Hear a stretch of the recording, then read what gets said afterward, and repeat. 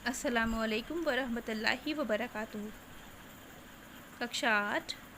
मैं आशा करती हूँ कि आप सब कुशल होंगे, स्वस्थ होंगे और घर पर रहकर अपना खूब अध्ययन कर रहे होंगे और बहुत मन लगाकर आप लोग पढ़ रहे होंगे, क्योंकि आप सब बहुत अच्छे बच्चे हैं। आप तो विद्यालय में ही इतना एक्टिव रहते हैं, तो घर पर तो आप आजकल बहुत अच्छे से पढ़ रहे होंगे, ये मुझे पूरा विश्वास है आप पर। तो बच्चों, जैसे कि आपको याद है कि हम लोगों ने अभी इससे पहले जो कक्षा की थी उसमें हम अपना अभ्यास पुस्तिका का कार्य ही पूरा कर रहे हैं। तो पिछले वाले पार्ट जो हैं वो मैंने आपको पिछली कक्षा में करवाए थे। आज हम फिर से अभ्यास पुस्तिका का ही कार्य करेंगे और इसमें जो रह गए हैं पाठ वो 2 पाठ आज कर लेंगे और इंशाल्लाह अगली कक्षा में हम अपनी पाठ्य पुस्तक में नया पाठ प्रारंभ करेंगे। तो देखिए, ये पार्ट 4 है, किरणों का खेल। तो आपको याद है कि हमने ये किरणों का खेल नामक कविता का अध्ययन किया था और हमने देखा था कि किस प्रकार से चांद की शीतल और कोमल किरणें पृथ्वी को आनंदित करती हैं, पृथ्वी को शीतल करती हैं और पृथ्वी की सुंदरता को और भी अधिक बढ़ा देती हैं। याद है ना आपको? तो आज हम इसी कविता का अभ्यास कार्य अपनी इस अभ्यास पुस्तिका में करेंगे। तो आइए, चलिए हम प्रारंभ करते हैं कार्य करना अपना। तो किरणों का खेल ये है, फिर हम इसी पाठ के अगले पृष्ठ संख्या 15 पर जो दिया हुआ है उसे करना प्रारंभ करते हैं। सबसे पहले दिया है शब्द बोध। शब्द बोध में पहले जो अभ्यास कार्य है वो है उदाहरण के अनुसार ता और या प्रत्यय जोड़कर 4 शब्द बनाइए। तो प्रत्यय हम सब जानते हैं, जो शब्द के अंत में लगते हैं और उनके लगने के बाद शब्द का अर्थ बदल जाता है, वह कहलाते हैं प्रत्यय। तो हमें क्या लगाना है? ता और या लगाना है। और इन्होंने उदाहरण भी दिया है। पहला जो है उदाहरण वो है सरलता और दूसरा है धुनिया। धुनिया मतलब जिसमें इया की आवाज़ आ रही है। धुनी इया आ रही है ना, धुनिया में इया की आवाज़। तो इसी प्रकार से हमें दूसरे शब्द भी लिखने हैं। तो देखिए, पहले ता वाला कर लेते हैं। कुशलता, निर्भरता। देखिए बच्चों, आप कंफ्यूज मत होइएगा। निर्भरता जो दिया हुआ है इसमें अगर रा ऊपर लगाते हैं तो भी सही है और अगर हम पूरा लिख देते हैं तो वो भी सही होगा। निर्भरता, कठोरता, विनम्रता। ठीक, कुशलता, निर्भरता, कठोरता, विनम्रता। फिर इसके बाद है हुलिया, चूहिया, गुड़िया, कुटिया। ठीक है, कुटिया है, ये ट है बीच में, कुटिया। कुटिया कहते हैं जैसे कि जो झोपड़ी होती है उससे भी जो छोटी चीज़ जगह स्थान होता है रहने का, जैसे कि आपने सुना होगा जो ऋषि मुनि होते हैं वो अपनी कुटिया में रहते हैं। ठीक है, तो ना वो बहुत बड़ी होती है ना वो बहुत छोटी होती है, बस उनके रहने भर का स्थान होता है उसके अंदर। तो उस स्थान को क्या कहा जाता है? कुटिया। तो हुलिया, चूहिया, गुड़िया और कुटिया। आपको अगर कुछ और शब्द आ रहे हों तो आप वो भी लिख सकते हैं। आवश्यक नहीं है कि आप इन्हीं शब्दों को लिखें, कोई और भी शब्द लिख सकते हैं, पर वो यही होना, मतलब उसमें या की आवाज़ आनी चाहिए या फिर ता प्रत्यय अंतिम में आना चाहिए। ठीक है, चलिए अब हम नीचे देख लेते हैं। नीचे क्या कह रहे हैं? समान उच्चारण वाले भिन्नार्थक शब्दों के अर्थ लिखिए।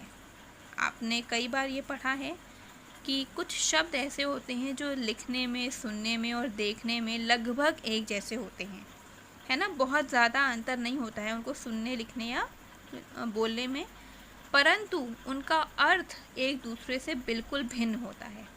क्या होता है? बिल्कुल भिन्न, बिल्कुल अलग होता है अर्थ बिल्कुल भी मेल नहीं खाता है एक दूसरे से। तो यहाँ पर वही शब्द दिए हैं और हमें उनके क्या लिखने हैं? अर्थ लिखने हैं। तो जो का है उसमें दिया पथ और पथ्य। पथ और पथ्य। तो पाथा पथ का तो अर्थ हम सभी जानते हैं, रास्ता होता है या मार्ग होता है ना। पथ का हम रास्ता या मार्ग लिखते हैं। लेकिन पथ्य को क्या कहते हैं? रोगी का भोजन। जो कोई किसी बीमार व्यक्ति को जो बहुत ही हल्का मसाले का या बहुत ही पतली पतली खिचड़ी है ना, हल्का भोजन जो दिया जाता है वो क्या कहलाता है? पथ्य, रोगी का भोजन। फिर है गिरी। पहले वाला गिरी है और दूसरा वाला है गिरी। पहला वाला क्या है? गिरी, और दूसरा वाला क्या है? गिरी। देखिए बोलने में बिल्कुल एक जैसा लग रहा है, बहुत हल्का सा अंतर है, लेकिन दोनों में किसका अंतर है? बड़ी मात्रा और छोटी मात्रा का अंतर है, बड़ी ई की मात्रा और छोटी ई की मात्रा का। तो पहला जो गिरी है इसका अर्थ होता है बीज। बीज होते हैं, प्रत्येक फल में कोई ना कोई बीज होता है। सेब के अंदर बीज देखे होंगे आपने, नींबू में बीज देखे होंगे, उन्हें हम क्या कहते हैं? गिरी, सॉरी गिरी। और ये फिर दूसरा वाला क्या है? गिरी। गिरी अर्थात पर्वत। ये तो आपने कई बार किया है अपनी पुस्तिका, उत्तर पुस्तिका में। गिरी किसे कहते हैं? पर्वत, पहाड़ आदि को गिरी भी कहते हैं। फिर देखिए खा, हरि, हरि, हरि और हरि। तो हरि क्या है? हरि क्या है? ईश्वर के लिए प्रयोग होता है। तो हम यहाँ पर विष्णु भी लिख सकते हैं, भगवान भी लिख सकते हैं, ईश्वर भी लिख सकते हैं, ठीक है। तो मैंने यहाँ पर विष्णु लिखा है, आप भी विष्णु ही लिख लीजिएगा। और फिर है हरि। हरि क्या है? हरा रंग होता है ना, कि मेरी छतरी हरी है ना, या मेरी पेंसिल हरी है। तो हरा क्या है? उसका रंग है। तो हरी क्या है? एक रंग। फिर अपेक्षा। अपेक्षा मत, और फिर दूसरा है उपेक्षा। तो अपेक्षा का अर्थ होता है जब हम किसी से कुछ चाहते हैं कि हाँ, मान लीजिए आप चाहते हैं कि आपकी माता जी आपको एक सुंदर सा बॉक्स ला कर दें या सुंदर से कपड़े ला कर दें, तो आपको क्या है? आपको अपनी माता से अपेक्षा है। काहे की अपेक्षा है? अच्छे कपड़ों की अपेक्षा है, अच्छे बॉक्स की अपेक्षा है ना। तो अपेक्षा का अर्थ होता है आशा होना। आशा अर्थात उम्मीद, है ना। अपेक्षा का अर्थ क्या होता है? आशा होना। और फिर है उपेक्षा। उपेक्षा मतलब तिरस्कार। तिरस्कार मतलब मान लीजिए आपका छोटा भाई आपके पास आया या छोटी बहन आई या कोई भी आया आपके पास, और उसने कहा कि तुम्हारे पास 2 टॉफ़ियाँ हैं, एक मुझे दे दो, और आपने उसे क्या करा? डांट के भगा दिया। तो वो क्या है? आपने उसकी क्या करी? आपने उसकी उपेक्षा की। आपने उसकी उपेक्षा की। उपेक्षा का अर्थ क्या होगा? तिरस्कार, ठीक है। तो इसी प्रकार से जो मैंने आपको जिस तरह से लिखा है, आप भी इसी प्रकार से अपनी पुस्तक में इन्हें लिख लेंगे, ठीक है। तो चलिए अब आगे बढ़ते हैं। इसी पृष्ठ पर हम हैं अभी। इसी पृष्ठ पर नीचे क्या है? भाषा बोध। अनेक शब्दों के लिए एक शब्द लिखिए। यह भी हम कई बार कर चुके हैं। क्षण भर यानी बहुत कम समय में के में, ठीक है। क्षण भर में नष्ट होने वाला यानी समाप्त हो जाने वाला क्षण भंगुर। क्या होता है? क्षण भंगुर। जानने की इच्छा रखने वाला जिज्ञासु। ये मैंने जिज्ञासा लिखा है, जिज्ञासा भी सही है। जानने की इच्छा रखने वाले की बात हो रही है ना, तो वो जिज्ञासु होगा। यहाँ पर आप स के नीचे छोटा ऊ की मात्रा लगा लीजिएगा। या जानने की इच्छा जिज्ञासा, और जानने की इच्छा रखने वाला जिज्ञासु। क्या हो जाएगा यहाँ पर? जिज्ञासु। सबको समान भाव से देखने वाला समदर्शी। समदर्शी। प्रत्येक वर्ष होने वाला वार्षिक, जो हर साल हो उसे क्या कहते हैं? वार्षिक। आशा में विश्वास रखने वाला आशावादी, मतलब जो आशाओं में जीता रहे कि हाँ एक दिन मैं कक्षा में प्रथम आऊँगा, चाहे मैं पढ़ूँ चाहे, अरे कोई बात नहीं, मैं क्या होगा, मेरे पास जादुई पेंसिल आ जाएगी और मैं प्रथम आ जाऊँगा। तो ये क्या होता है? आशावादी। मतलब आशाएं तो बहुत हैं लेकिन परिश्रम करना नहीं चाहते हैं। तो आशा में विश्वास रखने वाला आशावादी। अगले पृष्ठ पर देखते हैं क्या होगा। अगला हम इसके बाद हम अगले पाठ की ओर बढ़ेंगे, ठीक है। अगला जो पाठ है वो है आपका मंझले भैया। हमने अभी अभी ये पाठ पूरा किया है। आज हम इसका अभ्यास पुस्तिका का कार्य भी करने जा रहे हैं। तो देखिए मंझले भैया में सबसे पहले पाठ बोध में नीचे दी गई घटनाओं को क्रम संख्या दीजिए। ये पूरे पाठ में जिस प्रकार से एक के बाद एक आई हैं, हमें उस प्रकार से इसे संख्याओं में लिखना है कि पहले कौन सी बात कही गई, उसके बाद कौन सी बात आई, फिर उसके बाद कौन सी बात पाठ में आई है। तो इस तरह से ये 25 तक है, ठीक है। तो अब मैंने यहाँ पर संख्याएं लिख दी हैं। आप भी इसी प्रकार से संख्याएं लिख लीजिएगा। तो पहले है संख्या 1, फिर है संख्या 2, 4, 1 2 4, 3 5 8, 1 2 4, 3 5 8। पढ़ के भी देख लीजिए तो आपको अच्छे से समझ में आएगा। इंद्र ने अपने मित्र श्रीकांत के घर जाकर पूछा कि क्या वह नाटक देखने चलेगा। नाटक देखना है तो जल्दी से मेरे घर पर आ जा। फिर उसके बाद क्या हुआ, श्रीकांत तुरंत एक ऊनी चादर लेकर इंद्र के पास पहुंचा। उसने सोचा था कि स्टेशन तक बैलगाड़ी से जाएंगे। फिर संख्या 3 देखिए, इंद्र और श्रीकांत ने घाट पर पहुंचकर नाव को तैयार किया।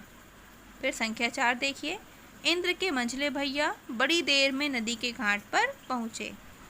फिर देखिए संख्या 5, श्रीकांत ने देखा मंझले भैया ओवरकोट और पंपशू पहने हुए हैं। फिर संख्या 6 जहाँ लिखा है वहाँ देखिए, मंझले भैया ने श्रीकांत से हुक्का, चिल्लम और तंबाकू तैयार करने के लिए कहा। फिर संख्या 8 देखिए, मंझले भैया ने श्रीकांत से बिछाने के लिए चादर मांगी। 6 के बाद 7, मंझले भैया ने श्रीकांत से बिछाने के लिए चादर मांगी। फिर संख्या 8, मंझले भैया को इंद्र ने अपनी चादर दी और श्रीकांत को चादर देने से रोका। फिर 9, श्रीकांत को मंझले भैया का व्यवहार पसंद नहीं आया। 10, मंझले भैया ने कहा कि मैं नाटक में हारमोनियम बजाने ज़रूर जाऊंगा। फिर 11 देखिए, ये जो है कुछ गलती हुई है, ये 2 बार हो गया है, तो जो 9 है उसे 11 कर लीजिए।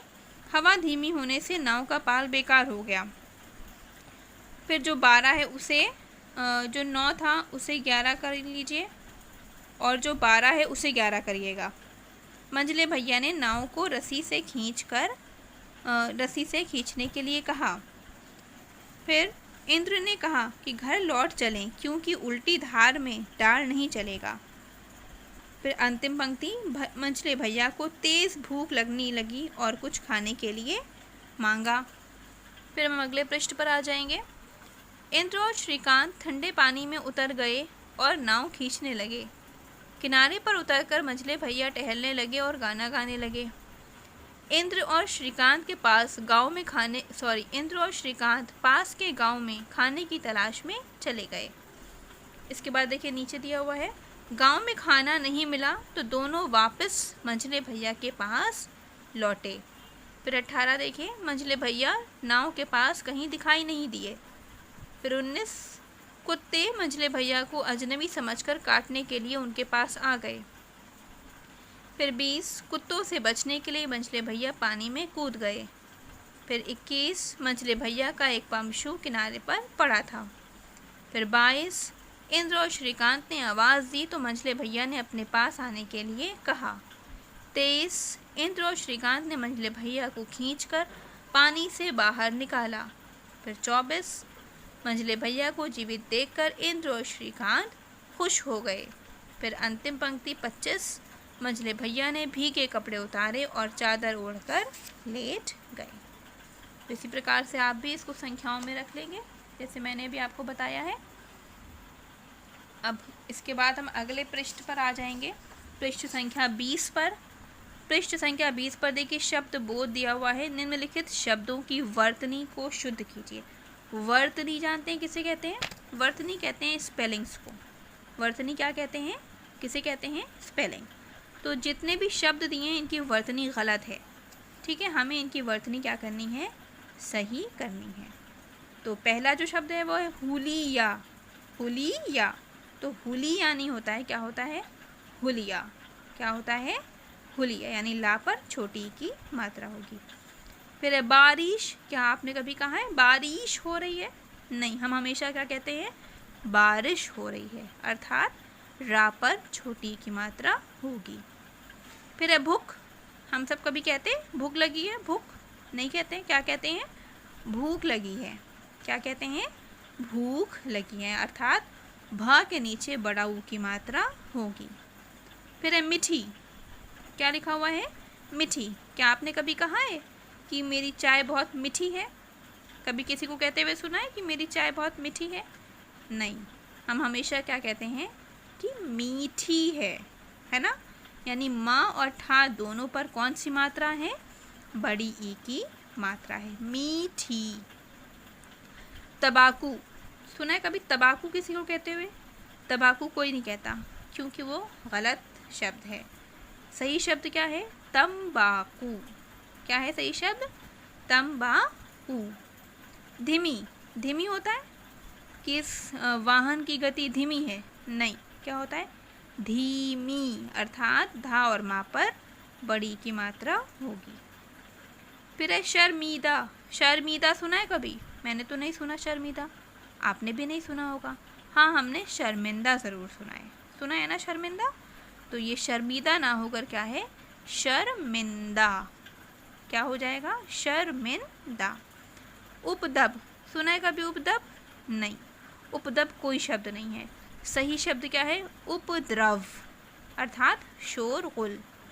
उपद्रव। फिर है घृणा।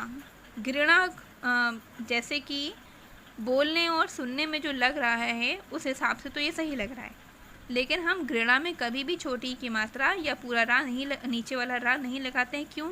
क्योंकि जब नीचे वाला जो रा होता है, जो किसी अक्षर के नीचे सीधा सीधा लगा होता है, वो क्या उसमें उस रा में आ की आवाज़ आती है।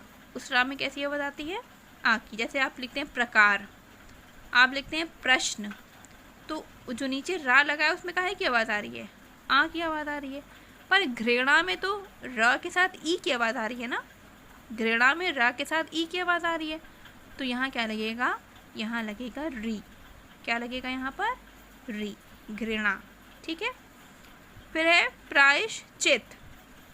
आपको याद होगा कि मैंने आपको हमेशा जब भी श्रुति लेख लिया है, मैं हमेशा आपको बताती चलती हूँ एक्सक्यूज़ मी, कि जो प्रायश्चित है या इस तरह के कोई भी शब्द जिनमें कोई अक्षर बीच में आधा हो और उसके दूसरे वाले शब्द पर छोटी ई की मात्रा लगानी हो हमें, तो हम छोटी की मात्रा उस आधे शब्द के आधे अक्षर के बाद नहीं लगाते हैं, बल्कि वो छोटी की मात्रा लगती तो उसी पर है, जैसे इसमें चा पर ही लगेगी, लेकिन कहाँ लगेगी?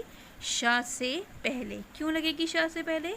क्योंकि श जो है वो आधा है। अगर श पूरा होता तो ये जो स्पेलिंग इन्होंने दी है वो सही होती, लेकिन क्योंकि श आधा है इसलिए इनकी दी हुई जो वर्तनी है वो क्या है?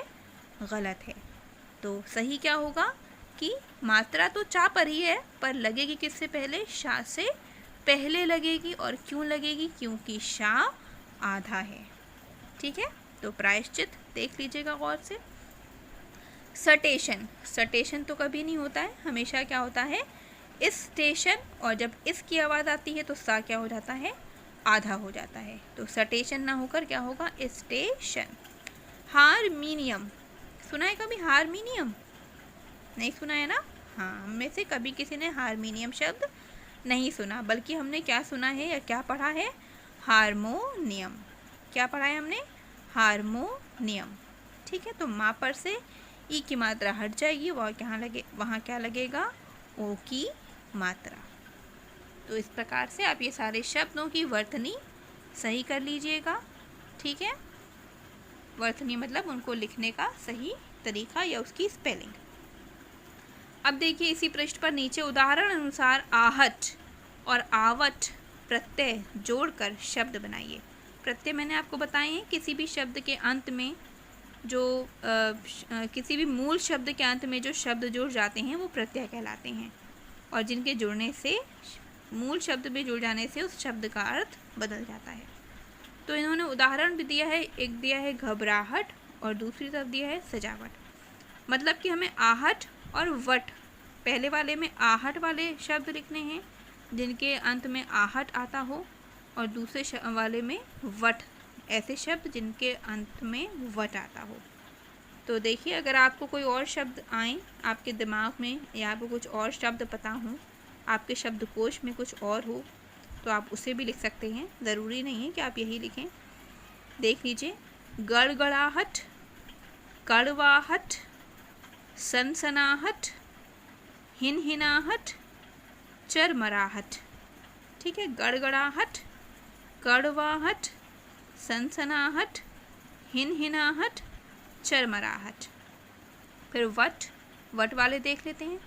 करवट, करवट बदलते हैं ना हम लोग, करवट। गिरावट, तरावट, थकावट, मिलावट। ठीक है, तो इसी प्रकार से आप इन शब्दों को लिख लेंगे, और यदि आपके मन में, आपके दिमाग में, मस्तिष्क में कुछ और शब्द हों तो आप वो भी लिख सकते हैं। ठीक है, चलिए अब अगले पृष्ठ पर देखिए, ये दिया हुआ है भाषा बोध। भाषा बोध में क्या है, नीचे दिए गए पदबद्धों से वाक्य बनाइए। ये पदबद्ध यानी कुछ शब्द दिए हैं, उनके आपको वाक्य बनाने हैं। जैसे कड़ाके की ठंड, अब आपको ऐसा वाक्य बनाना है जिसके बीच में कड़ाके की ठंड आए। ठीक है, फिर एक भीषण गर्मी यानी बहुत ज़्यादा गर्मी। गुलाबी जाड़ा, गुलाबी जाड़ा किसे कहते हैं, जब अक्टूबर और नवंबर का महीना होता है तो उस समय जो जाड़ा पड़ता है, आपने महसूस किया होगा, आपने अनुभव किया होगा कि जब जो अक्टूबर और नवंबर का महीना होता है वो बड़ा ही अच्छा होता है। ना हमें उसमें गर्म कपड़े पहनने की आवश्यकता होती है, ना ठंडे, है ना आपको रूम हीटर की आवश्यकता है, ना आपको एसी की आवश्यकता है ना। तो कैसा मौसम होता है वो, बहुत ही अच्छा मौसम होता है, और उसे क्या कहते हैं, गुलाबी जाड़ा। खुशनुमा दिन, नरम धूप यानी हल्की धूप, और काली अंधेरी रात। इन शब्दों से वाक्य आप खुद बनाएंगे, क्योंकि ये बहुत ही सरल शब्द हैं और बहुत ही सरलता से आप इनके वाक्य बना सकते हैं। फिर अगले पृष्ठ पर देखिए, नीचे दिए गए मुहावरों से कौन सी भावनाएं प्रकट होती हैं। हमें इन मुहावरों में जो भी भावना प्रकट होती है वो लिखनी है। तो दांतों तले उंगली दबाना मतलब अचंभित हो जाना या अचंभा होना, मतलब बहुत हैरानी होना। बदन में आग लगना, गुस्सा आना। बाग बाग होना, प्रसन्न होना। पानी पानी होना, शर्मिंदा होना। ठीक है, तो जैसे मैंने लिखा, बस भावनाएं, मतलब क्या, ऐसा क्या महसूस हो रहा होता है जब हम ये ऐसा मुहावरे लोग बोलते हैं या लिखते हैं, तो हमें वो भावनाएं लिखनी हैं जो मैंने यहाँ पर लिखी हैं। तो आप भी इसी प्रकार से इनको लिख लीजिएगा, और जो कुछ मैंने अभी करवाया है अपनी अभ्यास पुस्तिका में कार्य कर लीजिएगा, और इन सब का अध्ययन भी करते चलिएगा। और ये पाठ यहीं पर आपका समाप्त होता है मंझले भैया। अब इसके बाद हम अगली कक्षा में एक नया पाठ प्रारंभ करेंगे। तो आप अध्ययन करते रहिए, सुखी रहिए, परिश्रम करिए, क्योंकि परिश्रम करके ही आप सफलता को प्राप्त कर सकते हैं। चलिए, मैं कक्षा यहीं पर समाप्त कर रही हूँ। अपना अध्ययन करते रहिएगा, घर पर रहिए, प्रसन्न रहिए, अपना और अपने आसपास वालों का पूरा ध्यान रखिए। अस्सलामु अलैकुम वरहमतुल्लाहि वबरकातुहू।